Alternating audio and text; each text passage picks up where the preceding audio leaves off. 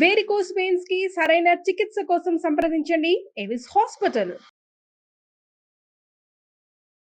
నమస్తే, మీరు చూస్తుంది సుమన్ టీవీ. నేను మీ కీర్తి. ఈ కార్యక్రమాన్ని మీకు సమర్పిస్తున్న వారు వాల్యూ జోన్ హైపర్ మార్ట్. నాతో పాటు ప్రముఖ ఆధ్యాత్మికవేత్త అనంతలక్ష్మి అమ్మగారు ఉన్నారు. నమస్తే అమ్మా. నమస్తే తల్లి. ఇయర్ ఎండింగ్ వచ్చేసామమ్మా. అవునమ్మా. సో 2024 మీకు ఎలా గడిచిందో? అందరికిలాగే గడిచిందమ్మా. రోజుకి 24 గంటలు, మరి 365 రోజులు అలాగే గడిచిపోయింది. కాకపోతే చూస్తే రెక్కలు కట్టు ఎగిరిపోయినంత వేగంగా గడిచినట్టు అనిపించింది. అవునమ్మా, సమయం అలా కాలం లక్షణం అంతే. మనం దాన్ని గమనిస్తూ ఉంటేనే దాంట్లో జీవిస్తాం, గమనించకుండా ఉంటే అది కాలక్షేపం లాగా వెళ్ళిపోతుంది. సూపర్. కానీ నాకు తెలిసి ప్రయాణాలు చాలా ఎక్కువ చేశారు. ఫైనల్ గా కార్తీక మాసం తర్వాత ఘోరంగా సిక్ అయ్యారు మీరు. అవునమ్మా. 1 month అసలు మీరు రాకుండా ఉండడం అదే మొదటిసారి. అవునమ్మా కదా. అవునమ్మా. అంటే ప్రయాణాలు బాగా చేయడం అంటే చాలా కాలంగా వాయిదాలు వేసుకున్నవన్నీ ఉన్నాయమ్మా. 1 సంవత్సరం పూర్తిగా అన్ని కార్యక్రమాలు ఇల్లు కదలకుండా ఊరెళ్లకుండా ఉండిపోవడం అయిపోయినాయి కదా. అప్పుడు మాట ఇచ్చినవన్నీ ఉన్నాయి, మరి అప్పులు తీర్చుకోవాలి కదా, అంచేత వెళ్ళడం. తర్వాత 1 సంవత్సరం పూర్తిగా కదలలేదు, మరొక సంవత్సరం సగం సగమే జరిగాయి. నేను ఏ పనైనా మన పనైనా ఇతరుల పనైనా మాట ఇచ్చినవైనా ఏం చేయాలన్నా అన్ని కూడా అలా వాయిదాలు పడ్డాయి. నాకే కాదు అందరికీ పడ్డాయి కదా. అవన్నీ కొంచెం వేగంగా తీర్చుకుందాం అనుకునేటప్పటికి జరిగిందని. టైం అందరికి నేర్పించే ఒక బెస్ట్ థింగ్ ఏంటి అంటే ఏం చెప్తారమ్మా? గడచిన క్షణం వెనక్కి రాదు. కాలం భగవత్ స్వరూపం. భగవంతుణ్ణి ఆరాధించినంత చక్కగా శ్రద్ధగా భక్తితో కాలాన్ని మనం ఆరాధించాలి. ఆరాధించాలంటే గడియారాన్ని తెచ్చుకుని పూజ చేయడం కాదు. మరే కాలంలో ఒక్క క్షణాన్ని కూడా వృధా చేయకుండా భగవంతుడు మనకి ప్రత్యక్షమైతే ఎంత అపురూపంగా చూసుకుంటామో అంత అపురూపంగా సమయాన్ని వినియోగించుకోవాలి. So good and bad memories ని ఒకసారి నెమరు వేసుకోండి అమ్మా అని అడిగితే 2024 కి సంబంధించి మీకేం గుర్తొస్తున్నాయమ్మా? అంతా నార్మల్ గానే ఉందమ్మా. అంత ప్రధానంగా గుర్తుపెట్టుకోవాల్సింది అన్నట్టుగా అత్యధికంగా అనిపించేది ఎక్కడ ఉన్నాయి అని ఆలోచిస్తే కష్టమే. కానీ బ్యాడ్ మాత్రం ఎప్పుడూ లేనంత సిక్ అయిన, ఎప్పుడో ఒకసారి చాలా కాలం క్రితం అట్లా జస్ట్ వైరల్ ఫీవర్ కి అంతకాలం ఇల్లు కదలకుండా ఉండడం అనేది ఒక్కటే బ్యాడ్. అంతకన్నా ఇంకేం లేదు. మిగిలినవేవి అంతా నార్మల్ గానే ఉంది. నాకు ఏది వచ్చినా బాగానే అనిపిస్తుంది. బాగానే ఉన్నాయి, ఆనందంగానే ఉన్నాను నేను. సో ఈ కాలం పిల్లలకి ముఖ్యంగా టైం గురించి స్పెసిఫిక్ గా మీకు 2024 ఎలాగో గడిచిపోయింది. Good bad comes, that's a part and parcel of life అనుకున్నా. 2025 కి సంబంధించి ఒక రెజల్యూషన్స్ కి సంబంధించి కానీ, లేకపోతే టైం ని యూటిలైజ్ చేసుకోవడం కానీ, హెల్త్ అండ్ ఎకనామికల్ గా కానీ మేము ఆలోచించాలి అంటే ఎలా, how to evolve our selfs అని అడిగితే ఏం చెప్తారు? అంటే సమయాన్ని ఎలా వినియోగించుకోవాలి 2025 లో, అంతే కదమ్మా. సాధారణంగా మనకి భారతీయులం అందరం ఏం చేస్తామంటే చాంద్రమానాన్ని అనుసరించి మన నూతన సంవత్సరం చేసుకుంటాం. ఆ చేసుకునేటప్పుడే నూతన సంవత్సరం వేడుకలు, ఉగాది కొంచెం తేడా ఉంటుంది. మనకి తమిళులకి, ఉత్తర దేశం వాళ్ళకి, బెంగాలీలకి కొన్ని తేడాలున్నా కొత్త సంవత్సరం అన్నది చాంద్రమానాన్ని అనుసరించి చేస్తాం. అప్పుడు పంచాంగ శ్రవణం చేస్తాం. పంచాంగ శ్రవణం చేసినప్పుడు ఏముంటుంది, అందులో వాళ్ళు గ్రహగతులన్నిటినీ కూడా చాలా చక్కగా లెక్కగట్టి ఈ గ్రహాలు ఇలా ఉంటాయి గనక ఈ సమయాలు ఇలా ఉంటాయని ముందు చెప్తారు. అంటే వర్షాలు ఆలస్యంగా పడతాయా, త్వరగా పడతాయా, ఎక్కువ పడతాయా, తక్కువ పడతాయా, ఎండలు బాగా ఉంటాయా, ఉండవా, ఏమైనా భూకంపాలు, వరదలు లాంటివి వస్తాయా, గ్రహణాలు ఉన్నాయా, ఇట్లాంటివన్నీ ముందు చెప్తారు గనక దానిని బట్టి మనం ప్రణాళిక వేసుకుంటాం. అది ఉగాదికి పంచాంగ శ్రవణం అయిన తర్వాత చేసుకునే ప్రణాళిక.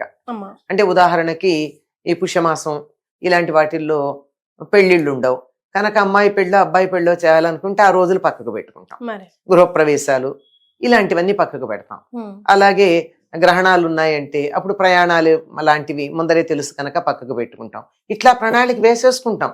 ఉగాది నాడు మనం ఎప్పుడైతే పంచాంగ శ్రవణం చేస్తామో, ఇక మనకి ఇట్లాంటిది లేదు. మనం సౌరమానాన్ని అనుసరించి ఇప్పుడు కామన్ ఎరా అంటున్నాం కదా, ఈ కామన్ ఎరా ప్రకారం మనం లెక్క పెట్టుకునేటటువంటి దాంట్లో ఇలాంటి ప్రెడిక్షన్స్ ప్రత్యేకంగా లేవు. మనం కావాలని చెప్పి జ్యోతిష్ శాస్త్ర పండితుల్ని పిలిచి మీరు ఈ నెల బట్టి ఎలా ఉంటుంది, ఇటు సాయన నిరయన లెక్కల ప్రకారం మనకి నెలలు కూడా పేర్లు మారుస్తూనే ఉంటారు కదా. ఇప్పుడు ధనుర్మాసం అంటారు, తర్వాత మకర మాసం అంటారు, అంతకుముందు తులామాసం అంటారు, ఇవి ఉంటాయి కదా. ఇలాంటి వాటి ప్రకారం ఉండేటటువంటివి వాళ్ళని అడిగి మనం ఇప్పుడు తెలుసుకుంటున్నాం, కానీ ప్రత్యేకంగా అందరికీ మూకుమ్మడిగా చెప్పేది లేదు. అది ఎవరికి వాళ్ళు విడిగా తెలుసుకోవడమే తప్ప. దాన్ని అనుసరించి ఈ సంవత్సరం ఎట్లా ఉంటుంది అని ఎవరికి వాళ్ళు ప్రణాళిక వేసుకుంటారు. దానిని బట్టి మనకి ఏదైనా ఇబ్బంది కలిగే సమయం ఉంది అంటే ఆ సమయంలో మనం కొంచెం సంయమనం పాటించాలి. ముందే తెలుసు కాబట్టి, ముందు తెలుసు గనక కొంచెం నోరు జాగ్రత్తగా ఉండడం, కాస్త క్రమశిక్షణతో ఉండడం, కొంచెం జాగ్రత్తగా ఉండాలి. క్రమశిక్షణ, అందులో ప్రధానంగా నోరు, డబ్బు ఖర్చు పెట్టడం దగ్గర జాగ్రత్త వహించాలి. ఇలాంటివి ముందర తెలుసుకుని ఎవరికి వాళ్ళు. ఇప్పుడు కామన్ గా గనక అనుకో, ఇది ఇండివిజువల్ గా చేసేవైతే, కామన్ గా అయితే ఎప్పుడు కూడా మనిషి ఎలా నేర్చుకుంటాడు, పుస్తకాలు చదివి నేర్చుకోడు, పెద్దల్ని చూసి కొంచెం నేర్చుకుంటాడు, తన అనుభవాలు బట్టి ఎక్కువ నేర్చుకుంటాడు. ఎక్స్పీరియన్సెస్ కరెక్ట్ అమ్మా కదా. కనుక ఇంతకు ముందు అయినటువంటివి, ముఖ్యంగా ఈ సంవత్సరంలో మనం ఎక్కడెక్కడ తప్పులు చేసాం, ఏం పొరపాట్లు జరిగాయి, వాటి నుండి మనం ఎలా పాఠాలు నేర్చుకోవాలనే దాన్ని బట్టి ప్రణాళిక వేసుకోవాలి. ఏదో ఈ సంవత్సరం ఈ పని చేయాలనుకుని రేపు చేద్దాం అనుకుని వాయిదా వేసుకుంటూ ఆ రేపు గోడ మీద అలాగే ఉంటుంది, అంతే కదా. అందుకని ఏం చెయ్యాలి, రేపు అన్నది తీసేసి గోడ మీద ఇప్పుడే అని రాసుకోవాలి. అమ్మ మీకు హ్యాబిట్ ఉందా డైరీ రాసుకునే హ్యాబిట్? నో, డైరీ అలా రాయను నేను. ఇప్పుడు రేపటి కార్యక్రమాలు ఏమన్నా ఉంటే నోట్ డౌన్ చేసి పెట్టుకుంటా. ఓకే, ఒక డైరీలో మళ్ళీ డైరీ పేజీలన్నీ తిప్పేంత ఓపిక కూడా ఉండదు. డేట్స్ వేసేసి వరుసగా ఆ పేజీ చూడంగానే నాకు మొత్తం అంతా ఇదిగో ఇవాళ ఎక్కడికి వెళ్ళాలి, రేపు ఎక్కడికి వెళ్ళాలి అని రాసేసుకుంటా. అందుకే ఏదన్నా కార్యక్రమం ఉందా అనగానే ఒక్క నిమిషం అని చెప్పి తీస్తా. ఆ పేజ్ చూడంగానే ఇవాళ ఇది ఉందా, లేదంటే బ్లాక్ చేస్తా. The moment I get a phone call or fix a programme, I just note down in the diary. అయిన తర్వాత మాత్రం definitely whether I attended it or didn't. Attend అవ్వకపోవడం అన్నది నా వల్ల చాలా తక్కువ ఉంటుంది. వాళ్ళు క్యాన్సిల్ చేసుకోవడము ఇంకేవో ఉంటాయి కదా, అట్లాంటప్పుడు దాన్ని అడ్డంగా కొట్టేస్తా, లేకపోతే టిక్ పెట్టుకుంటా, అంతే. అంతకు మించి నేను ఇవాళ అది చేశాను, ఈ పుస్తకం చదివాను, అది ఇదంతా అది నేను సాయంకాలం ప్రేయర్ టైంలో ఒక్కసారి I review the day's programme, what I did, whether it is good or bad, did I commit any mistake. పొరపాటు చాలా జాగ్రత్తగా ఉండి కూడా అప్పుడప్పుడు పొరపాట్లు జరుగుతాయి కదా. ఎంతో అనుకుంటాం, ఏదో అనుకుని ఏదో అంతే కదమ్మా, ఎవ్వరూ పర్ఫెక్ట్ కాదు. ఎప్పుడప్పుడు తెలిసి చేస్తే చాలా ఘోరం, తెలియకుండా జరుగుతాయి పొరపాట్లు. ఎప్పుడు జరిగితే జరిగిందా, దేని వల్ల జరిగింది అంతే అనుకుని అనుకోవడం, జరగకపోతే it's good, let me continue.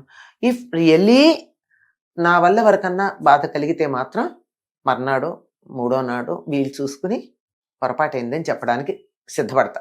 మరి సో హౌ డు యు 2025 ని ఎలా ఎక్స్పెక్ట్ చేస్తారు అన్నమాట? How do you looking after it? ఎలాగంటే నేను సుమారుగా 3 ఏళ్ల నుంచి నేను అనుకున్న పనులు కొన్ని చేయలే. ఓకే, నా మీద పడిన పనులన్నీ చేశా, తప్పనిసరి అయినటువంటి పనులన్నీ చాలా చేశా.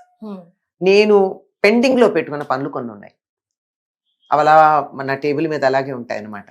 వాటిని పూర్తి చెయ్యాలి అని 25 దాకా కూడా ఎదురు చూడకుండా ఇవాళ్లే చేద్దామని ఎప్పటికప్పుడు అనుకుంటాను.